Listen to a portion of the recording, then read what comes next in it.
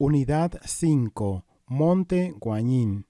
El monte Guanyin se localiza a la ribera izquierda de la desembocadura del río Tanshui y su cúspide, el pico Yinshanlin o pico Hombre Fuerte, tiene una altura de 616 metros con relación al nivel del mar.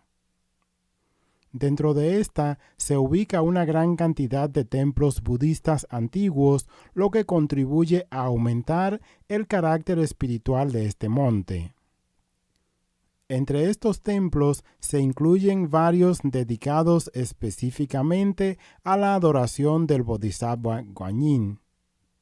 Ubicada entre la ribera oeste del estrecho de Taiwán y la ribera más lejana del río Tanshui hacia el noroeste, el monte era conocido antiguamente como el pico que escupe niebla, convirtiéndose desde épocas pasadas en uno de los 8 grandes atractivos turísticos de Tanshui y uno de los lugares más recomendados para el senderismo y el montañismo.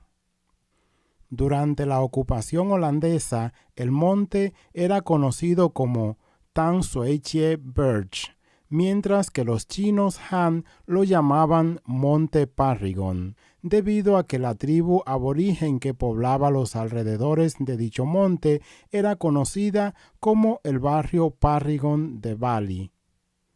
Existen 2 teorías sobre el cambio de nombre al de Monte Guanyin. La primera dice que Hu Zhouyo, uno de los candidatos a los exámenes para entrar en la corte imperial, construyó en este monte un templo al que nombró Templo Guanyin. La segunda teoría dice que las caídas del monte se asemejan a la imagen de Guanyin con el rostro erguido, especialmente si el monte es observado desde Quantu. Preguntas y respuestas. ¿Por qué se llama Shishanhan las 13 sucursales a este lugar? Debido a que a finales de la dinastía Qing, 13 compañías extranjeras abrieron sucursales en este lugar, la gente empezó a referirse al sitio como las 13 sucursales o Shishanhan. Durante las etapas primitivas, los residentes de esta zona debieron ser grandes navegantes de mar abierto, ¿no es así? En efecto, todos los grupos aborígenes de Taiwán eran grandes navegantes de mar abierto. Las 14 razas aborígenes que existen en Taiwán actualmente se fueron estableciendo en la isla durante diferentes períodos. Estos se trasladaron a esta isla por la vía marítima desde China continental y desde otras islas cercanas, a bordo de pequeñas embarcaciones de madera denominadas banca. Estos aborígenes arriesgaban su vida y se hacían a la mar para llegar hasta esta isla de Taiwán. Los pobladores aborígenes han poblado el lugar desde hace unos 1500 o 2000 años, los cuales son el grupo ancestral de los Ketagalan, uno de los grupos de aborígenes de tierra plana del norte de Taiwán. ¿Se puede actualmente tomar un ferry directo hasta China continental partiendo de este lugar? Sí, a partir de octubre de 2013, desde el puerto Taipei o Bali, se puede abordar un ferry o transbordador en viaje directo hasta Pingtan, distrito administrativo de la ciudad de Fuzhou, en un viaje de alrededor de 3 horas de duración. En el pasado, los chinos Han tardaban varios días de navegación para realizar esta travesía. ¿Bodhisattva Guanyin es hombre o mujer? Según las enseñanzas del budismo, los budas son de género neutral y los grandes bodhisattvas también lo son. De hecho, durante la dinastía Tang, las representaciones e imágenes de Guanyin eran de género masculino. Quizás se debe a historias de que éste se disfrazaba o vestía de mujer para guiar a los seres humanos, O quizás hayan sido las historias de los grandes sacrificios que hacía este bodhisattva para salvar a los seres humanos, lo que le ha atribuido la imagen de amor maternal con que se le conoce actualmente. ¿Quién es Matsu? Según las leyendas, se trata de Lin Monian, la hija de una familia de pescadores que vivió durante la dinastía Song en la provincia Fujian, China. Lin se convirtió en la imagen protectora de los pescadores y navegantes luego de inmolarse para salvar a su padre y sus hermanos de un horrible naufragio. La adoración a Matsu es común a casi todos los pueblos costeros del sudeste asiático, con un número de creyentes que alcanza los 200 millones. Solo en Taiwán hay más de 900 templos a Matsu. Leyenda de Guanyin. Bodhisattva Guanyin, en sánscrito Avalokitesvara, o Señor que observa el mundo, traducido también como el que percibe las lamentaciones del mundo y abreviado generalmente como Guanyin, es una de las deidades del budismo aclamada y adorada en los países de Asia del Este. Es también la más respetada de las 5 deidades del altar familiar en las creencias populares chinas. En Taiwán, en los altares familiares, también se suele colgar el cuadro con su imagen para adorarla junto con otras deidades familiares.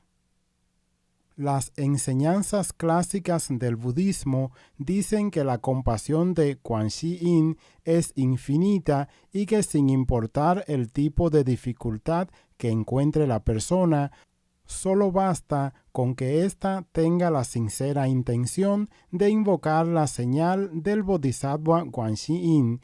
Este percibirá el llamado, se compadecerá de la persona y hará desaparecer el dolor para traer la felicidad. Las personas en la antigüedad le llamaban Quan Chi Yin, el Bodhisattva de gran sabiduría y gran misericordia, siendo desde la antigüedad el más popular entre los grandes bodhisattvas del budismo. Así lo demuestra la popular alabanza budista que dice: en cada casa Amitabha y en cada hogar Quan Chi Yin. Museo de Arqueología Shizanghan. El Museo de Arqueología Shizanghan está ubicado en la ribera izquierda de la desembocadura del hoy río Tansue. Se trata de un museo arqueológico cuyas edificaciones están reconocidas como reliquias históricas de tercera categoría, según el sistema de clasificación en Taiwán.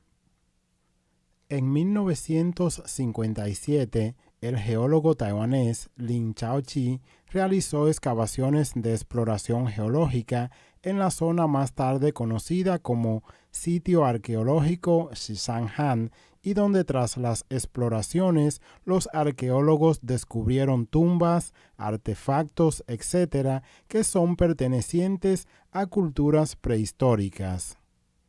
Los restos y artefactos arqueológicos desenterrados en este lugar cubren entre 500 y 1800 años del período de la Edad del Hierro en la cultura prehistórica de Taiwán. Se cree que los vestigios encontrados en este sitio podrían estar relacionados con los grupos Ketagalan, uno de los grupos de aborígenes de las planicies de Taiwán. Entre los artefactos encontrados en este sitio arqueológico, los más importantes incluyen instrumentos de barro, instrumentos de hierro fundido, artículos fúnebres, así como artículos de intercambio con otras tribus. El Museo de Arqueología Shizanghan se empezó a construir en 1989, siendo concluido en abril de 2004, cuando abrió sus puertas al público. En el área alrededor del museo se localizan numerosas y variadas reliquias arquitectónicas, una reserva natural y área protegida, un impresionante paisaje formado por las amplias riberas del río, manifestaciones de folclore histórico, cultura industrial y varias obras de infraestructura pública, entre otros recursos que se combinan y complementan para formar el Parque Ecológico y Cultural Bali en la ribera izquierda del río Tangsue. Templo Phuyeo. Construido alrededor de 1732, incluso quizás mucho antes, el templo Phuyeo es el más antiguo de todos los templos en Tangsue. Tras su reconstrucción en 1796, el templo aún se conserva. Dedicado a Maksu, el templo Phuyeo fue establecido por los navegantes y comerciantes de aquella época para procurarse la protección de esta deidad, pero el mismo terminó convirtiéndose en el centro de la creencia religiosa en todo Tangsue durante aquel tiempo. Las dos calles que dan a este templo son hoy día las más antiguas del sector. Siguiendo por la ruta de este templo, se llega hasta el antiguo muelle y faro. La zona donde se ubica este templo es también el lugar donde se inició el desarrollo de Tangsue.